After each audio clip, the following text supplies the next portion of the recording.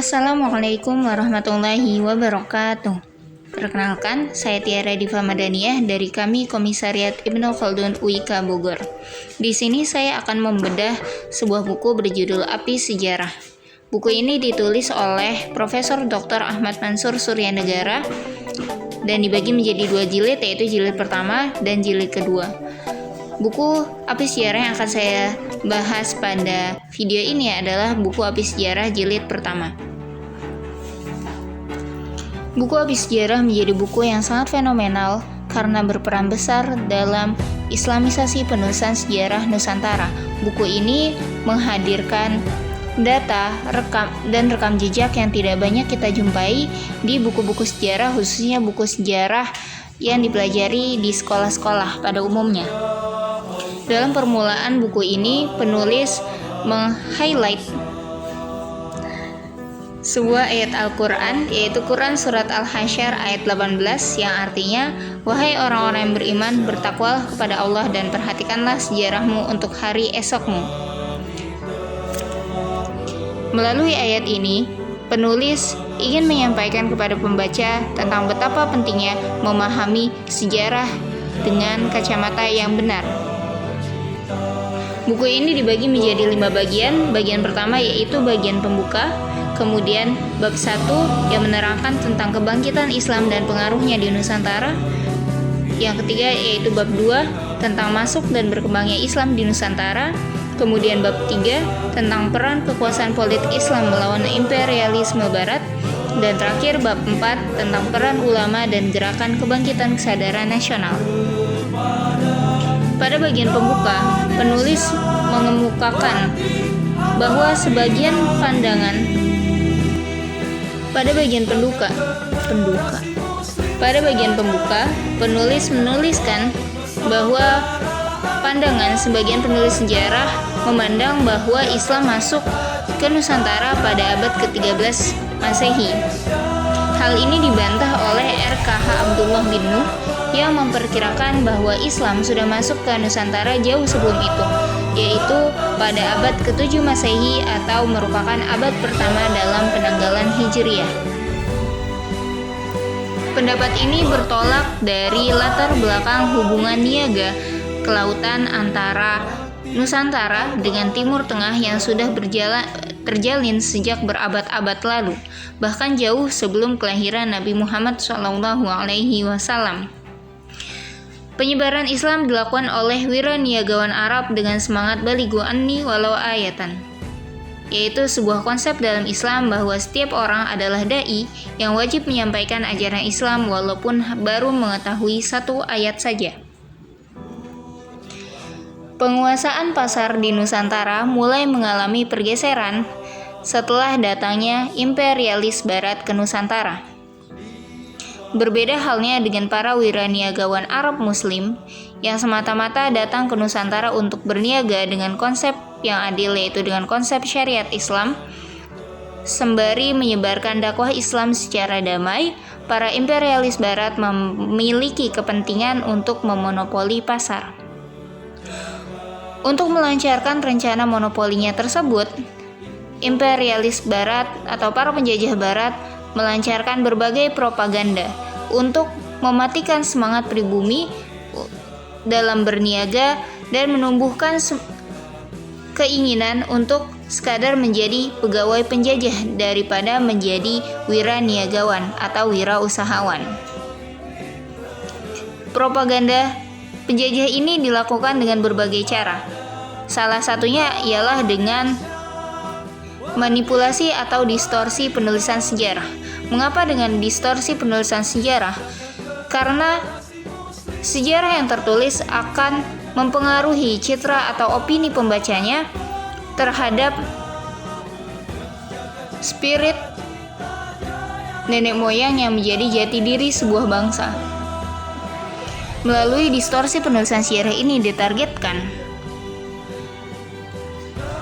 para pribumi, khususnya pribumi Muslim, tidak lagi mengenal jati dirinya sebagai satu bangsa yang besar, dan sebaliknya justru menimbulkan opini-opini yang berpihak kepada penjajah. Memasuki bab pertama tentang kebangkitan Islam dan pengaruhnya di Nusantara.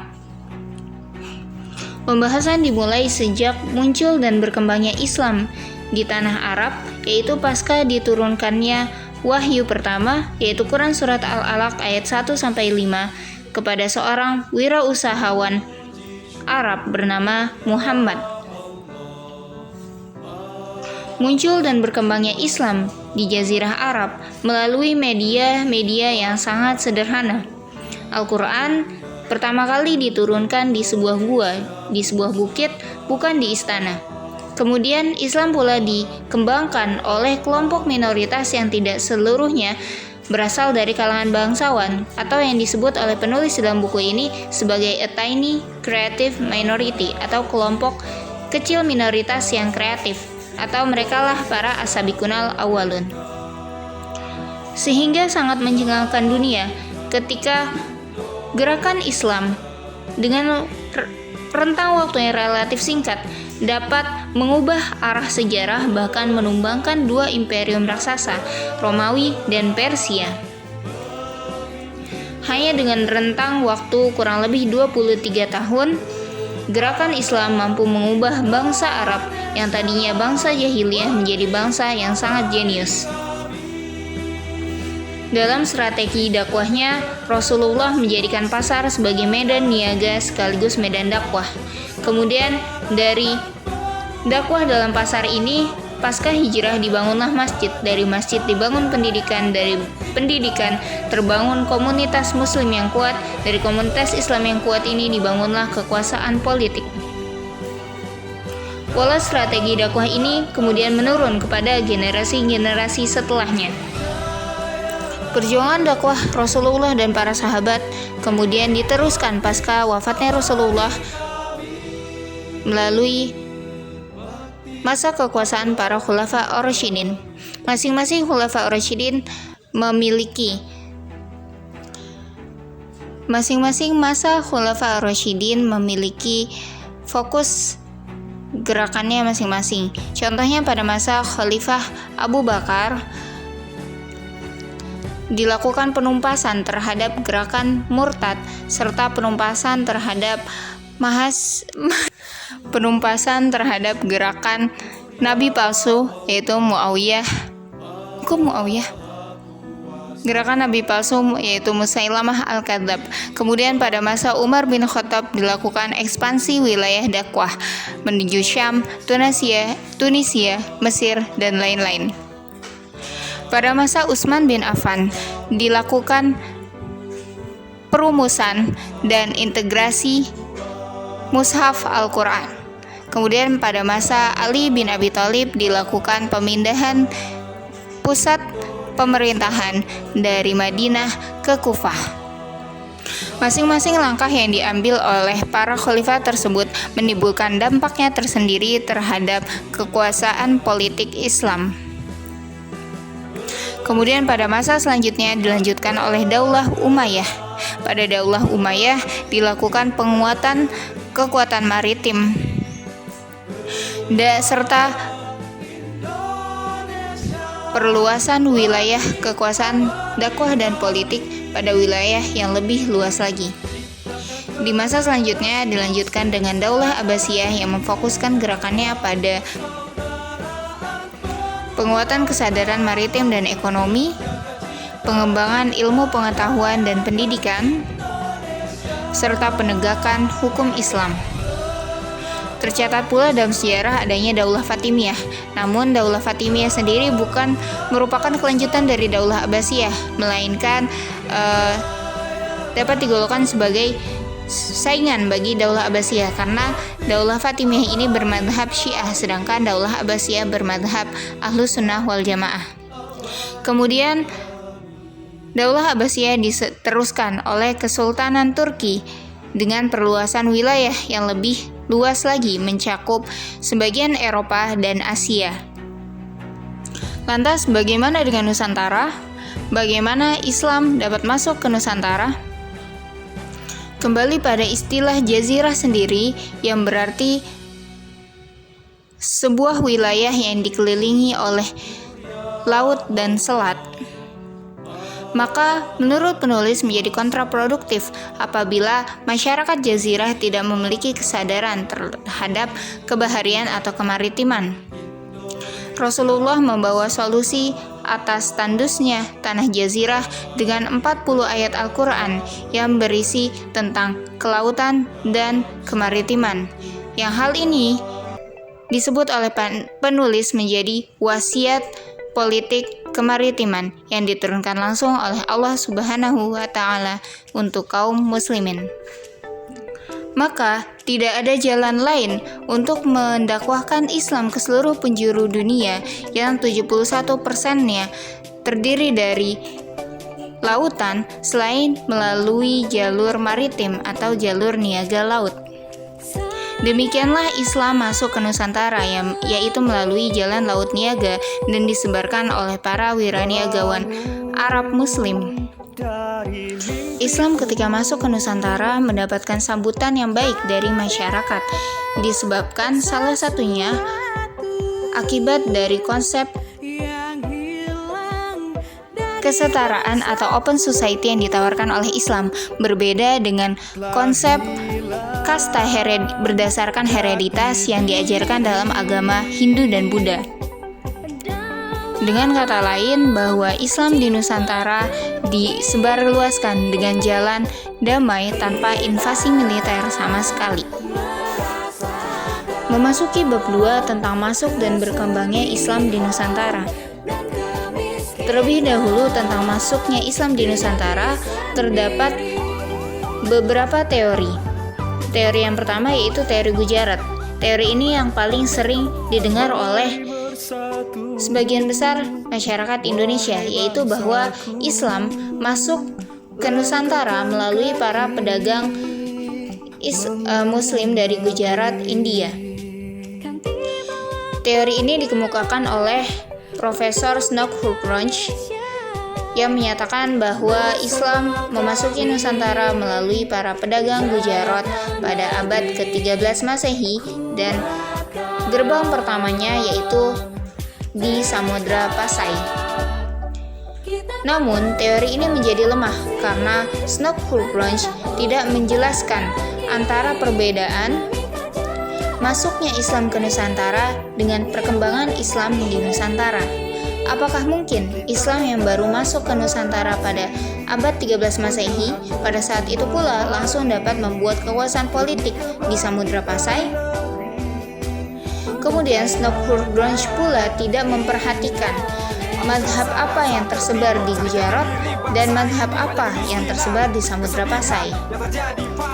Bila melihat fakta sejarah bahwa mazhab yang dianut oleh Samudra Pasai sangat berbeda dengan mazhab yang dianut oleh masyarakat Gujarat. Masyarakat Gujarat, India menganut mazhab Syiah, sedangkan Samudra Pasai menganut mazhab Syafi'i. Teori berikutnya yaitu adalah teori Mekah. Teori Mekah ini dikemukakan oleh Profesor Dr. Buya Hamka. Teori ini berdasarkan pada berita Cina dinasti Tang. Teori ini menyatakan bahwa Islam masuk ke Nusantara melalui para wiraniagawan Arab di masa-masa awal Hijriyah. Teori berikutnya yaitu teori Cina yang berlandaskan pada catatan kronik Klenteng Sampokong. Dinyatakan dalam teori ini bahwa Kesultanan Demak dan bahkan Wali Sanga adalah peranakan Cina, disebabkan dalam kronik Klenteng Sampokong nama-nama Wali Sanga dan nama-nama pada Kesultanan Demak dituliskan dengan bahasa Cina atau nama-nama Cina. Teori ini menjadi lemah karena pada penulisan Cina, salah satunya pada kronik Klenteng Sampokong, seluruh penulisan baik itu hal-hal asing, seluruh penulisan baik itu objek asing maupun objek yang berasal dari Cina, seluruhnya ditulis dengan bahasa Cina atau ditulis dengan nama-nama Cina. Sehingga penafsiran bahwa Wali Sanga dan Kesultanan Demak merupakan peranakan Cina hanya karena namanya dicinakan menjadi penafsiran yang ganjil. Teori berikutnya yaitu adalah teori maritim. Teori maritim menyatakan bahwa Islam masuk ke Nusantara melalui jalur niaga laut sebagaimana yang sebelum-sebelumnya sudah disebutkan oleh penulis dalam buku ini. Kemudian teori yang terakhir yaitu teori Persia. Didasarkan pada penulisan atau pengejaan huruf Al-Quran di Jawa Barat yang mirip dengan pengejaan huruf Al-Quran di Persia, yaitu di mana fathah disebut sebagai jabar, kasrah disebut sebagai jer, dan dhammah disebut sebagai pies. Teori ini juga menyebutkan bahwa Islam masuk ke Nusantara dengan madhab Syiah. Kemudian teori ini menjadi lemah karena pada faktanya masyarakat Muslim di Jawa Barat mayoritasnya menganut madhab Syafi'i, bukan madhab Syiah. Di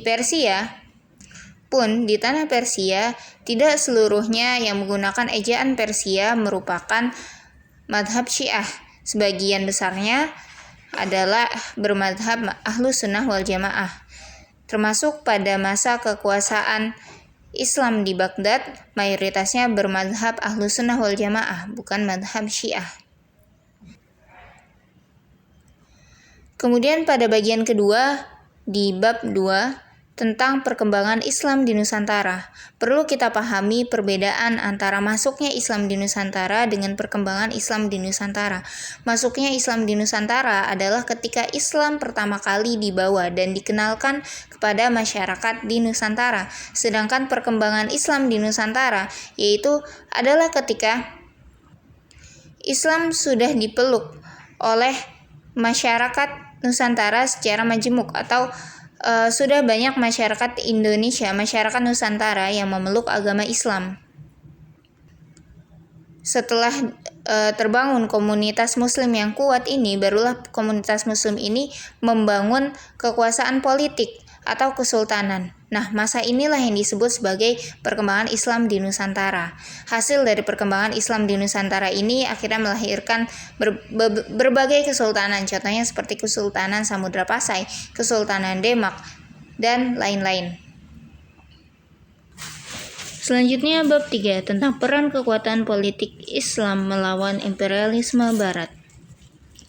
Rasulullah sebagai pemimpin terbaik telah menyadarkan umatnya dengan memberikan contoh bagaimana mempertajam eksistensi ajaran Islam dalam menjawab tantangan dan serangan lawan. Sepeninggal Rasulullah, basis masyarakat Islam berlanjut ke Nusantara Indonesia. Kemudian, stratifikasi masyarakat muncul dari lembaga pendidikan atau pesantren. Pesantren tidak hanya sebagai arena atau tempat melahirkan ulama, tapi juga sebagai kancah pembinaan pemimpin bangsa. Pesantren sebagai penjenang calon pemimpin. Pemimpin yang berkemampuan membangkitkan kesadaran cinta tanah air, bangsa, dan agama, serta kemerdekaan. Oleh karena itu, tidak heran jika kehadiran pesantren berfungsi sebagai tempat pengkaderan pemimpin bangsa. Perlawanan demi perlawanan pun muncul demi menghadapi imperialis Barat yang hendak menguasai Nusantara.